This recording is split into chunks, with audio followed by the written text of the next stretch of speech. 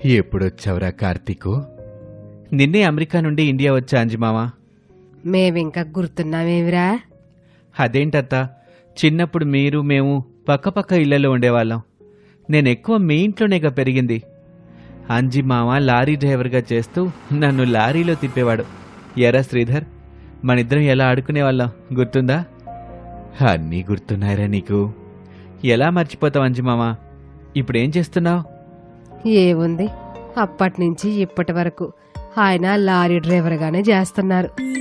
నేను కూడా ఆయనతో పాటు లారీ డ్రైవర్గా చేస్తున్నానురా. సొంత లారీ కొనుక్కోవచ్చుగా మామా. లారీ కొనాలంటే 20 లక్షల పైనే కావాలి. మిగిలింది ఫైనాన్స్ మీద తీసుకున్నా కనీసం 5 లక్షలుంటే గానీ ఇవాళ కొత్త లారీ కొనలేం. 5 లక్షలు నేనిస్తాను మామా, మీరు సొంత లారీ కొనుక్కోండి. నీకెందుకు లేరా శ్రమ?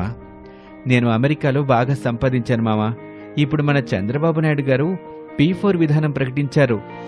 P4 విధానమా అంటే పబ్లిక్ ప్రైవేట్ పీపుల్స్ పార్ట్నర్షిప్.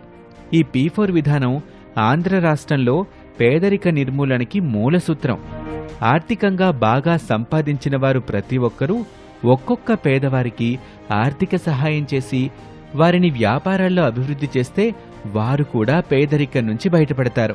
అందుకే చంద్రబాబు నాయుడు గారి పిలుపు మేరకు నేను కూడా మీ పేదరికం నిర్మూలించి మిమ్మల్ని లారీ ఓనర్ని చేస్తాను. మీరింకేం మాట్లాడకండి. చంద్రబాబు నాయుడు గారిచ్చిన P4 విధానం పిలుపు పేదరిక నిర్మూలనకి మొదటి అడుగు. ఆర్థికంగా సంపన్నులైన ఒక్కొక్కరు ఒక్కొక్క పేదవాడికి ఆసరాగా నిలబడటం. అందుకే ఆర్థికంగా సంపన్నులైన వాళ్ళందరం ఒక్కొక్క పేదవాడికి సహాయం చేద్దాం.